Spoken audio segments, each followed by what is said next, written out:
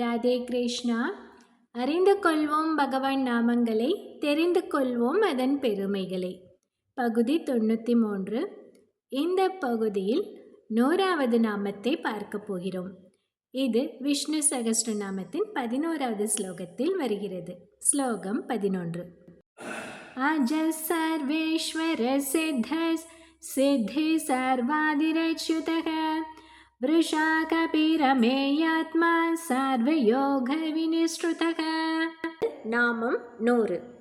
ஓம் சர்வாதயே நமக. The origin of all things. அனைத்து பலன்களுக்கும் காரணமானவர். இதை பக்தர் ஒருவரின் வாழ்க்கையில் நடந்த அதிசய நிகழ்ச்சியிலிருந்து பார்க்கலாம். ஒரு சமயம் கும்பகோணத்தை அடுத்த திருவிடைமருதூரில் ஆசுகவி சார்மபௌமர் என்று போற்றப்படும் வடமொழி கவி சக்கரவர்த்தியான வில்லூர் ஸ்ரீநிதி சுவாமி வாழ்ந்து வந்தார். அவர் வடுவூர் ராமனின் மேல் மிக அன்பும் பக்தியும் கொண்டவர். அந்த காலத்தில் அம்மை நோயால் பலர் மடிந்து வந்தார்.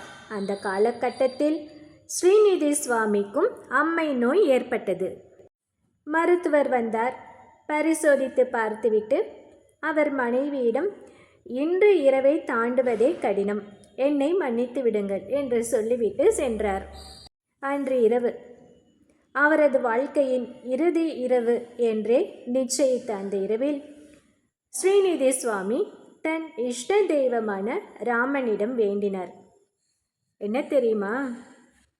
ராமா, என் உயிர் போவதை பற்றி நான் கவலைப்படவில்லை. ஏனெனில் உடலை நீத்தவுடன் நான் வைகுண்டத்தை அடையப் போவது நிச்சயம். ஆனால் 30 வயதில் நான் மாண்டு போனால் என் தெய்வமான உனக்கன்றோ அவப்பெயர் ஏற்படும். ராமன் ஏன் அந்த அடியவனை காக்கவில்லை என உலகம் உன்னை பழித்து பேசுமே. அதனால் உன் பெயரை நீ காப்பாற்றிக் கொள்ள நினைத்தால் எனது உயிரை காப்பாற்று என்று சொன்னார். அன்று இரவு, அதாவது தான் இறந்து போகப் போகிறோம் என்று நினைத்த அந்த இரவில் வெறும் 4 ஸ்லோகங்களில் முழு ராமாயணத்தையும் எழுதினார். எப்படி சாத்தியமானது பார்த்தீர்களா? என்ன ஒரு அருள் அவருக்கு ராமனின் மேல். முதல் ஸ்லோகத்தில் என்ன எழுதினார்? ராமன் பிறந்தது முதல் சீதா கல்யாணம் வரை எழுதிவிட்டார்.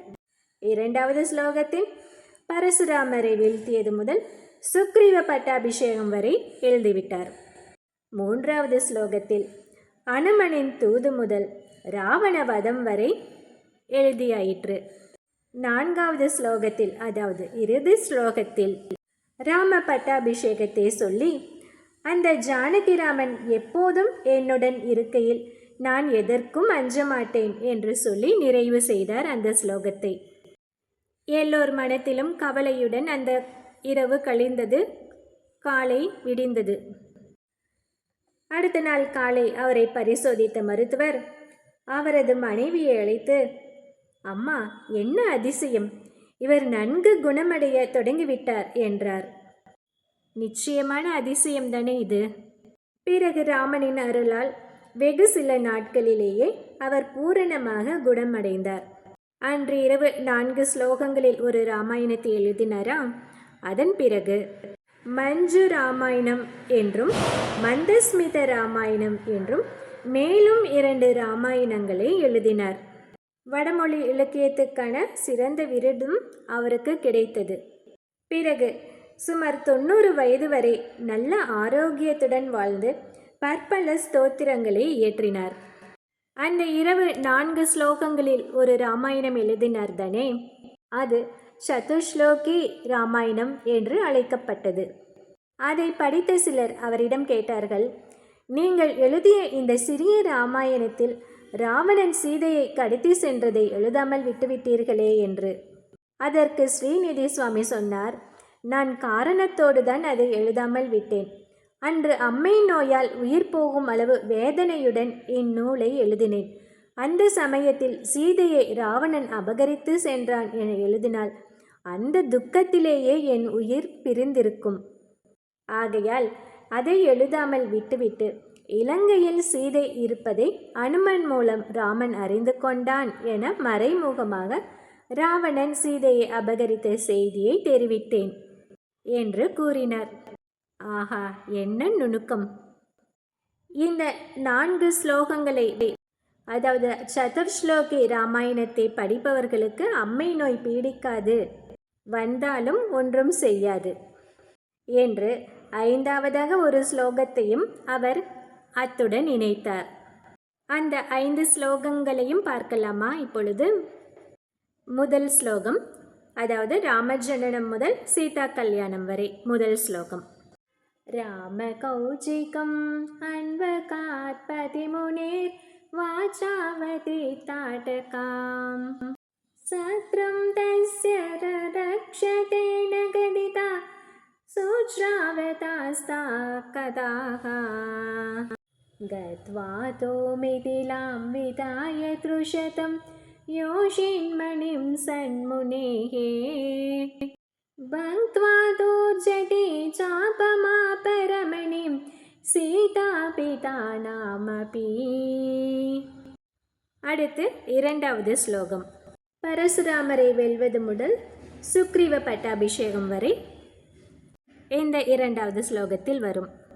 சீதாயா கரலாலனேன சக்ருதி ஜித்வா முனிம் பார்கவம் சாகேதம் தரசா பிரவேச்ய ஜனனிம் ஆனந்தயன் மத்யமாம் ஆசீத்யோ விபினே சதுர்தச சம ரக்ஷன் முனின் ஆனதான் ரக்ஷசங்கம் அதாவதித் அகடயத் ராஜ்யம் ச சூர்யாத்மஜே. அடுத்து 3வது ஸ்லோகம்.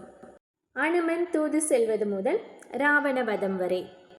வயோராத்மபுவா ததோ ஹனுமதா பாதோதி பாராஸ்திதாம் பிராணேப்யோபி கரீயசிம் பிரியதமாம் விஞ்ஞாய ரட்சோ கிருதாம் சேதும் வாரிணிதோ விதாய விவிதானானந்தாக வித்வம்சனம் லங்காயாம் விலுலாவ ராவண சிரோ வ்ருந்தாணி வந்தயேதம். அடுத்து 4வது ஸ்லோகம். சீதாராம பட்டாபிஷேகம்.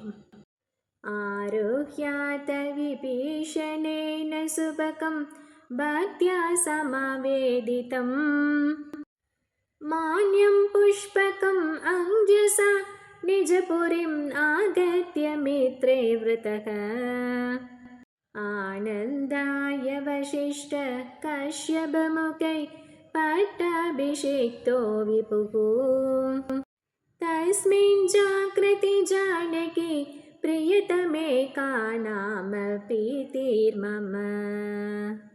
அடுத்து 5வது ஸ்லோகம்.